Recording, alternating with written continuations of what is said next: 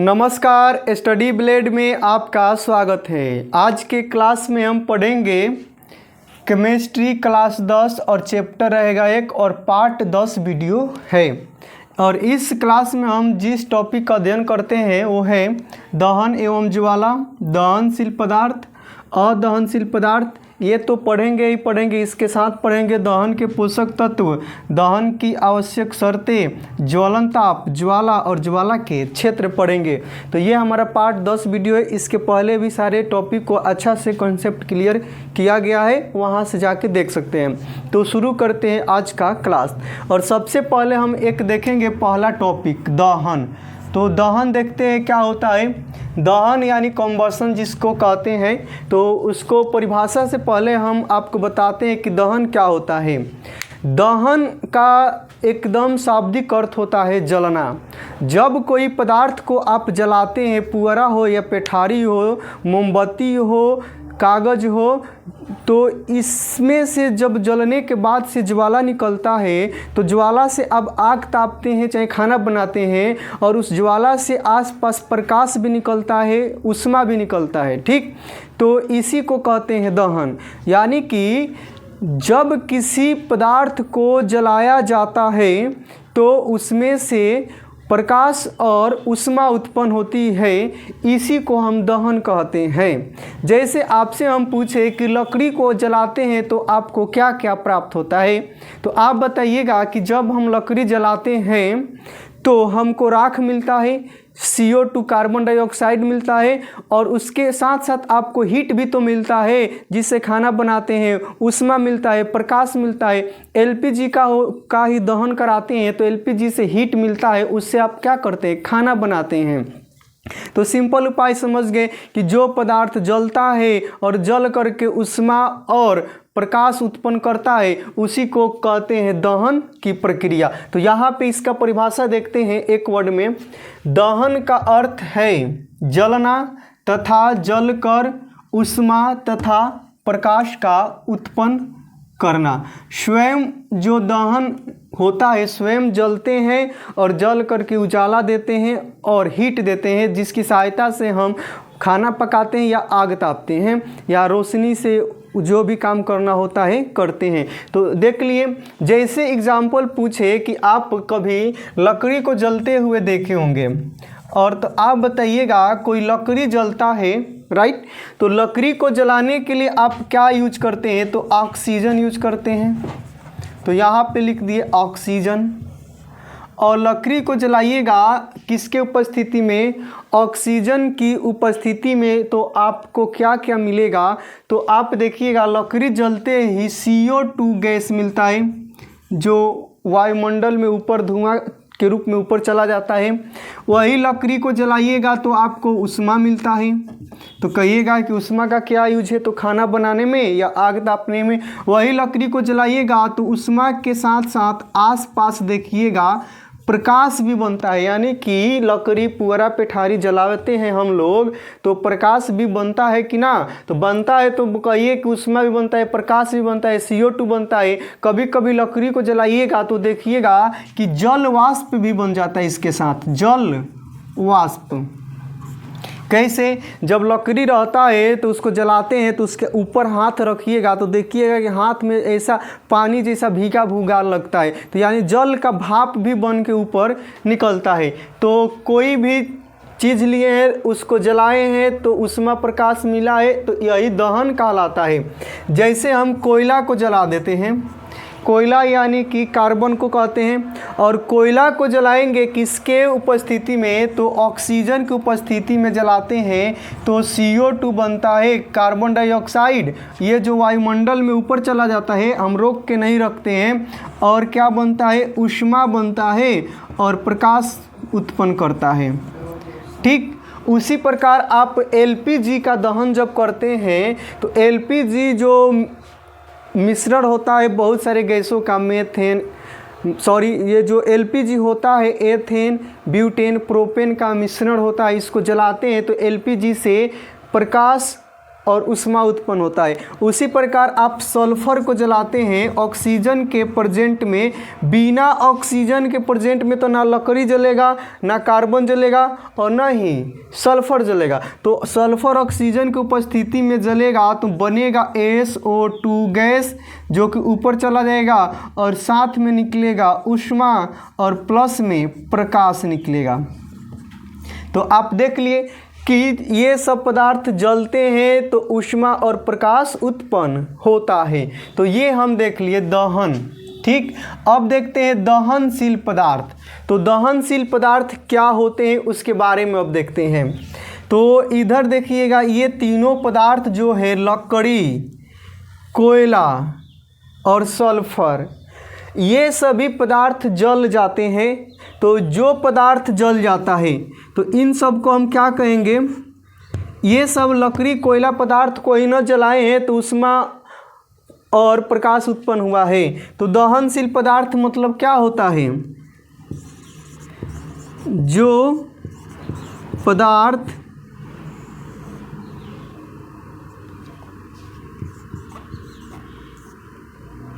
चाहे लिख सकते हैं कि जिस पदार्थ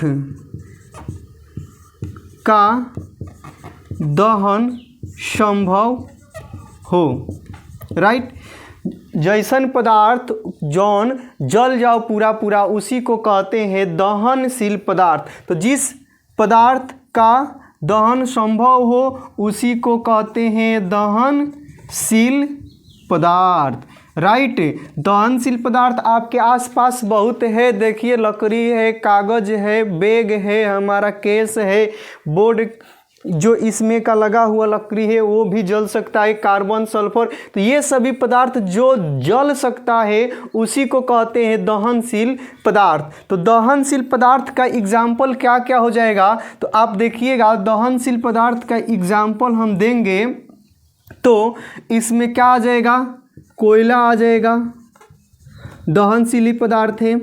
उसके बाद से क्या आएगा, LPG हो जाएगा, दहनशील पदार्थ है। उसके बाद से क्या हो जाएगा, सल्फर हो जाएगा, कागज हो जाएगा। ठीक, उसी प्रकार से क्या हो जाएगा, मोमबत्ती हो जाएगा। तो ये सभी क्या है, कपड़ा हो जाएगा। तो ये सभी पदार्थ क्या है, जल जाते हैं। तो जौन पदार्थ जल जाता है उसी को कहते हैं दहनशील पदार्थ, राइट। आपको क्लियर हो गया, पूछा। अब हम देखते हैं अदहनशील पदार्थ के बारे में। जो अदहनशील पदार्थ कौन होते हैं, अदहनशील पदार्थ, तो इसका मतलब होता है, राइट समझिएगा, जिस पदार्थ का दहन संभव न हो, यानी कि जिस पदार्थ का दहन संभव न हो, राइट, उसी को कहते हैं अदहनशील पदार्थ। जैसे एग्जाम्पल में हम दे सकते हैं मिट्टी, बालू, पत्थर इत्यादि, ये सभी क्या होते हैं, तो ये सभी होते हैं अदहनशील पदार्थ। इसको ना हम जला सकते हैं और ना जला करके ऊष्मा और प्रकाश उत्पन्न कर सकते हैं। तो सिंपल वर्ड में हम बोल सकते हैं कि जो पदार्थ जल जाता है उसे दहनशील, जो पदार्थ नहीं जलता है उसे अदहनशील पदार्थ कहते हैं, राइट।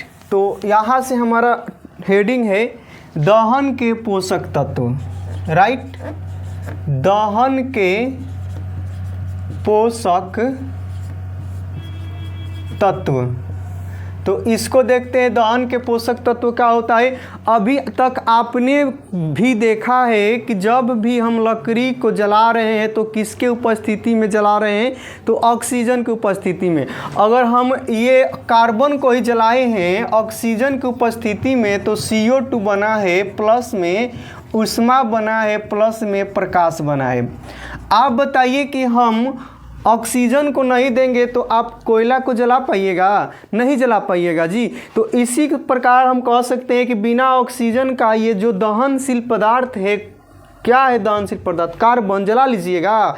नहीं जला ले पाइएगा। ठीक, अगर आपको इसका उपयोग देखना है तो एक मोमबत्ती को जलाइएगा और जला करके उसे किसी वस्तु, ऐसे वस्तु से ढकिएगा जिसको पूरा पूरा ढक ले, जितना भी उसमें ऑक्सीजन छेका है, घेरा है, तब तक ले मोमबत्ती जलेगा। उसके बाद अपने आप वो क्या हो जाएगा? बुझ जाएगा। तो आप याद रखिएगा कि कोई पदार्थ को जलाने के लिए हमको ऑक्सीजन की आवश्यकता होती है और ऑक्सीजन की उपस्थिति में ही कोई पदार्थ जलता है तो दहन के पोषक तत्व या पोषक पदार्थ कहलाते हैं। तो दहन के पोषक तत्व क्या कहलाते हैं? तो ये कार्बन है और जलाने में कौन यूज हुआ है? तो ऑक्सीजन। ये दहन के पोषक तत्व कहलाते हैं। ठीक, तो हम लिख सकते हैं जो दहन में सहायक हो, जो दहन में क्या हो? सहायक हो। जो दहन में सहायक हो उसे ही कहते हैं दहन के पोषक, क्या करते हैं? तत्व, चाहे दहन के पोषक पदार्थ। जैसे वायु, वायु यानी कि ऑक्सीजन, ऑक्सीजन ये दहन के क्या होते हैं? सहायक होते हैं, ये आवश्यकता होते हैं। उसी प्रकार से क्या होता है दहन के आवश्यक? Chlorine, chlorine. उसी के बाद से होता है नाइट्रोजन, नाइट्रोजन। आप सोचिए, आप कहिएगा कि ये कहाँ पे क्लोरीन के प्रेजेंट में कहाँ कोई पदार्थ जलता है और नाइट्रोजन के प्रेजेंट में कहाँ कोई पदार्थ जलता है? तो आप देखिए कि आपने अभी तक ऑक्सीजन की उपस्थिति में किसी पदार्थ को जलाया है, राइट, लेकिन क्लोरीन और नाइट्रोजन की उपस्थिति में भी बहुत सारे पदार्थ को जलाते हैं। इसका आप उपयोग देखिएगा कि जब भी कोई ज्वाला उत्पन्न होती है तो बहुत रंग बिरंगी ज्वाला उत्पन्न होती है, तो वो विभिन्न प्रकार के पोषक तत्वों के उपस्थिति में जलते हैं तो रंग बिरंगा कलर ज्वाला फ्लेम उत्पन्न होता है। तो यानी कि क्लोरीन की उपस्थिति में, नाइट्रोजन की उपस्थिति में भी पदार्थ जलते हैं। तो दहन में क्या होता है कि दहन में कोई पदार्थ होता है और उसमें विद्युत ऋणात्मक तत्व जुड़ते हैं। जैसे ऑक्सीजन, क्लोरीन, नाइट्रोजन, ये क्या होते हैं? तो ये विद्युत ऋणात्मक होते हैं। और विद्युत ऋणात्मक होते हैं। जो कार्बन है इसी में से ऑक्सीजन क्या हुआ है? जुटा है। तो ये CO2 प्लस में ऊष्मा बना है और प्लस में प्रकाश बना है, राइट। तो आप देखिएगा कि ये पोषक पदार्थ है दहन के, उसमें कौन जुटा है? तो ऑक्सीजन जुटा है। तो ये कैसा होता है? तो विद्युत के ऋणात्मक होते हैं, निगेटिव होते हैं। तो दहन कब संभव होती है कि कोई पदार्थ जो होते हैं दहनशील पदार्थ, उसमें विद्युत ऋणात्मक तत्व जुटते हैं, तब जाके जुटते हैं, चाहे संयोग होता है, तब जाके उसका दहन संभव होता है। तो किसी पदार्थ में विद्युत ऋणात्मक तत्व का जुटना क्या कहलाता है? तो उपचयन कहलाता है, ऑक्सीडेशन कहलाता है, याद रखिएगा। तो यहीं से हम लिखते हैं कि दहन क्या होती है? उपचयन की अभिक्रियाएं होती है। देखिए, ये जब जला है ऑक्सीजन की उपस्थिति में तो किसी पदार्थ में ऑक्सीजन का योग, तो यहाँ पे ऑक्सीजन का योग हुआ है, तो हम लिख सकते हैं कि ये क्या है? उपचयन, राइट। और इसमें से क्या उत्पन्न हुआ है? तो ऊष्मा उत्पन्न हुआ है। तो इसके अनुसार ये ऊष्माक्षेपी अभिक्रिया हो जाएगा। तो याद रखिएगा कि कोई भी दहन की अभिक्रिया होती है तो उपचयन एवं ऊष्माक्षेपी होती है, राइट। अब एक नोट याद रखिएगा कि सभी दहन की अभिक्रियाएं, याद रखिएगा, सभी दहन की अभिक्रियाएं उपचयन हो सकती है। सभी दहन की जो अभिक्रियाएं होती है उपचयन होगी, लेकिन सभी उपचयन अभिक्रियाएं दहन हो ही नहीं सकती है, क्योंकि सभी उपचयन अभिक्रियाओं में ऊष्मा उत्पन्न, प्रकाश उत्पन्न नहीं होता है। लेकिन दहन में ऑक्सीजन का योग होता है या विद्युत ऋणात्मक, तो इसलिए सभी दहन की अभिक्रियाएं उपचयन अभिक्रियाएं होती है। तो यहाँ पर हम देख चुके हैं, ठीक, दहन के पोषक तत्व।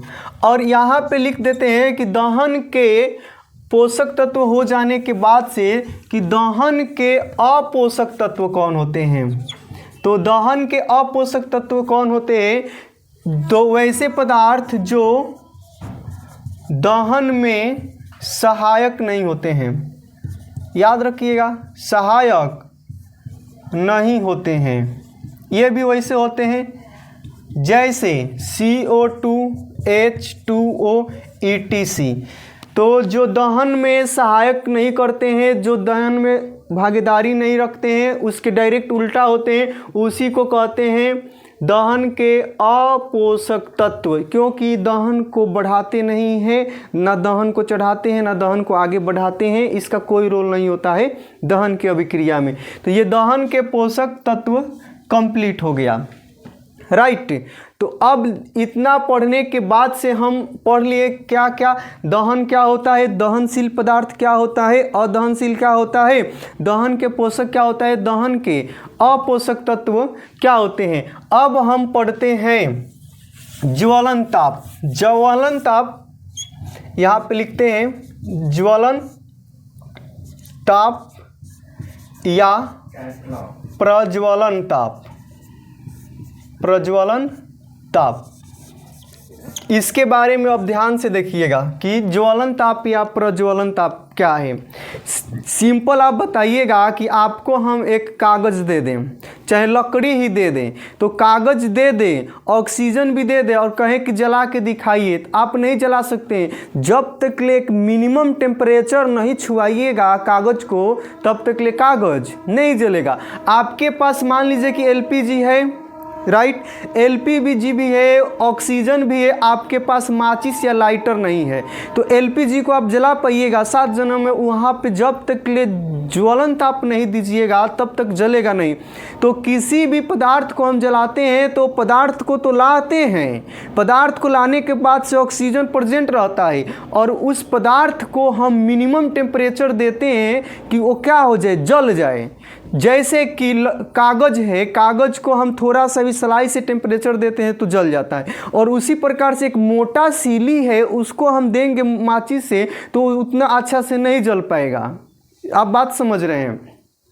उसी प्रकार पुअरा या पेठारी हो तो उसको जलाने के लिए हम थोड़ा सा भी आग यानी ज्वलन ताप देंगे तो जल जाएगा। उसी प्रकार भीगा हुआ लकड़ी या कोई चीज़ हो उसको जलाएंगे तो वो उतनी आसानी से नहीं जल पाएगा जितने आसानी से चैली या पुअरा जल जाता है। तो आप क्या देख रहे हैं कि भीगी हुई लकड़ी को जलाने में अधिक टेम्परेचर लग रहा है। क्यों?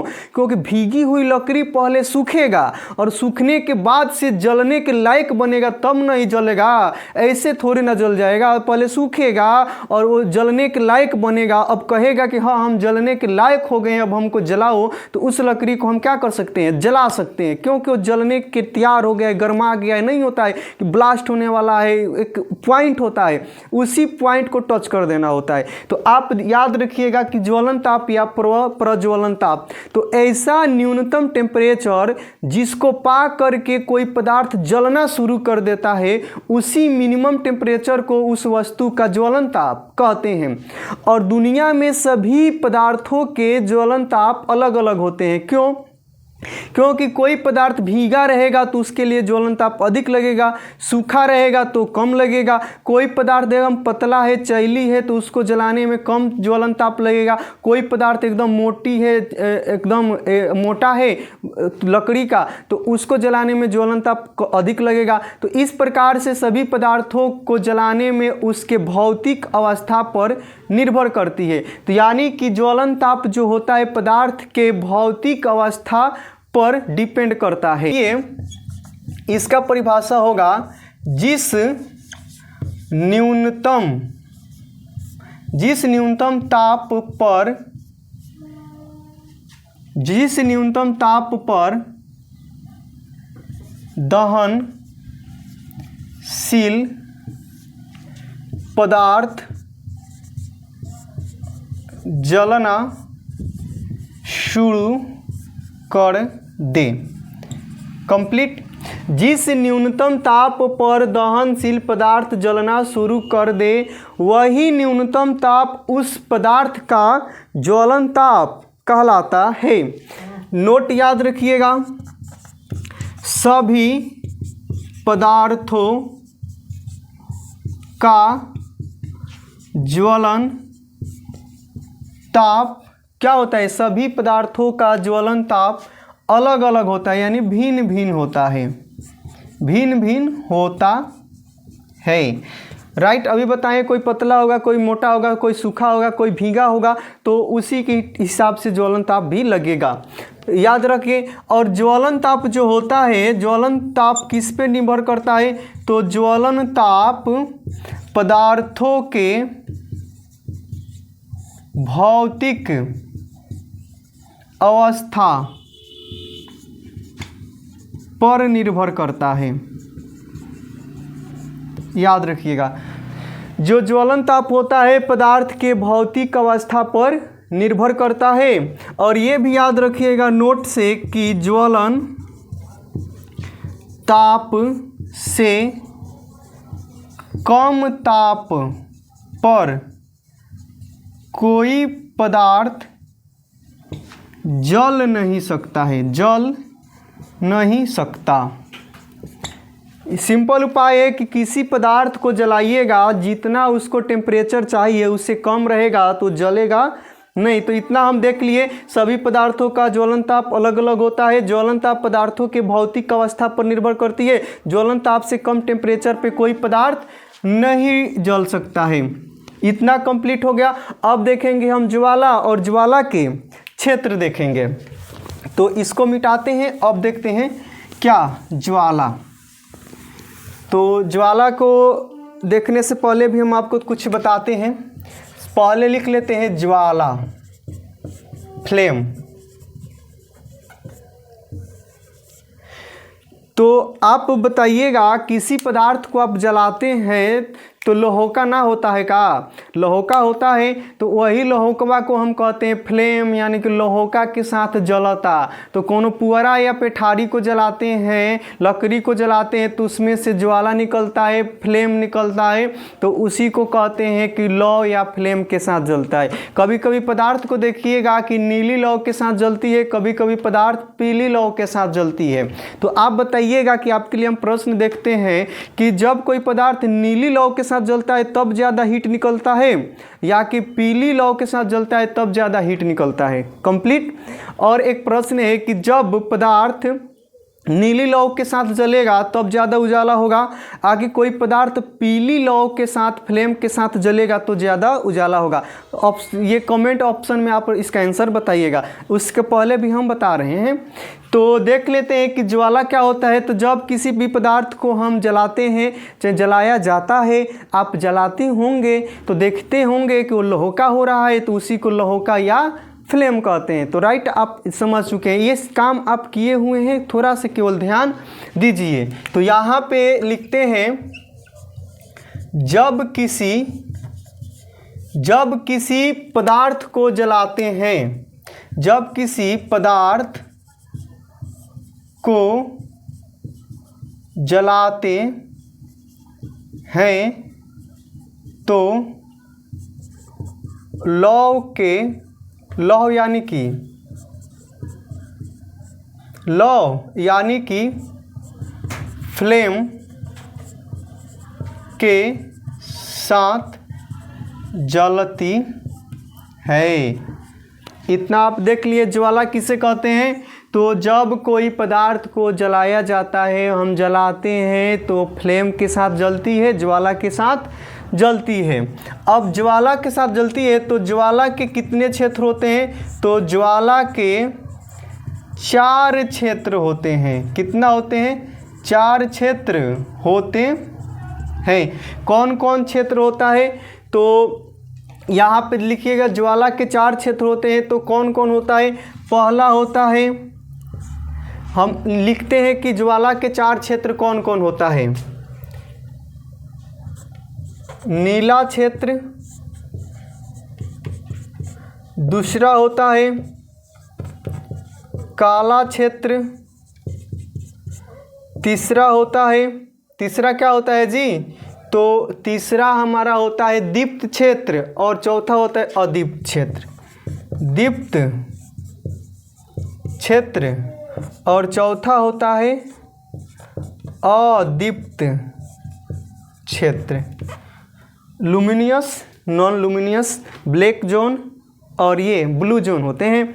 तो ज्वाला के 4 क्षेत्र होते हैं, कौन कौन? नीला, काला, दीप्त, अदीप्त क्षेत्र होते हैं। इसको एक मोमबत्ती बनाकर देखते हैं ज्वाला के 4 क्षेत्र के बारे में। कहाँ कहाँ ज्वाला के 4 क्षेत्र होता है, कैसा क्षेत्र होता है, याद रखिएगा। तो एक मोमबत्ती को जलाते हैं सबसे पहले और ज्वाला के 4 क्षेत्र देखते हैं, राइट। तो यहाँ पे फिगर हम बनाते हैं एक मोम का, और मोम का बनाते हैं फिगर। तो ये होगा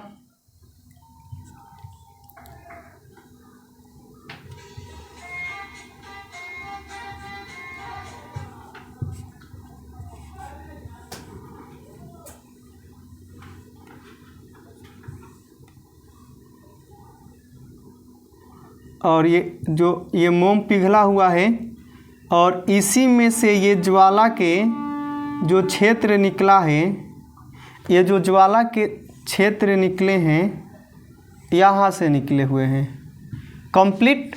तो अब आप देखिएगा ये मोम है तो ये जला हुआ है। जो मोम होता है, मोमबत्ती होता है, ठोस हाइड्रोकार्बन का मिश्रण होता है जिसके मोमबत्ती के अंदर एक धागा को पिरोया जाता है। तो मोमबत्ती के अंदर एक धागा को पिरोया जाता है। धागा का काम यही होता है कि वो ज्वाला यानी कि वो क्या देगा, ज्वलन ताप देगा, ज्वलन ताप। ये धागा जलता है और धागा से हीट पाकर मोमबत्ती पिघल जाते हैं।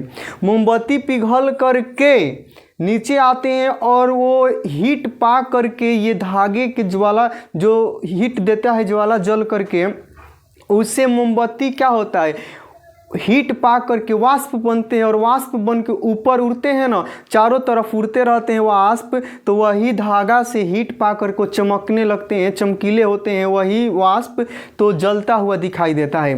तो कोई पदार्थ जानते हैं कैसे जलता है? कोई पदार्थ पहले वो हीट लेता है, हीट लेकर पिघल कर, इसमें तो पिघला हुआ है, और वही पिघला हुआ मोमबत्ती फिर ऊपर चढ़ता है वाष्प बन के। तो वाष्प तो चारों तरफ घूमता है भाप की जैसा, तो वही वाष्प और धागा में एक बत्ती जलती रहती है, वही बत्ती से वाष्प टकराता है तो चमकीला चिंगारी जो उत्पन्न होता है उसी से आसपास ज्वाला उत्पन्न करते हैं, ऐसे फ्लेम उत्पन्न होता है, याद रखिएगा। और ज्वाला के जो सबसे ये नीचे का जो क्षेत्र होता है यहाँ का बोल रहे हैं, ये होता है नीला क्षेत्र, राइट।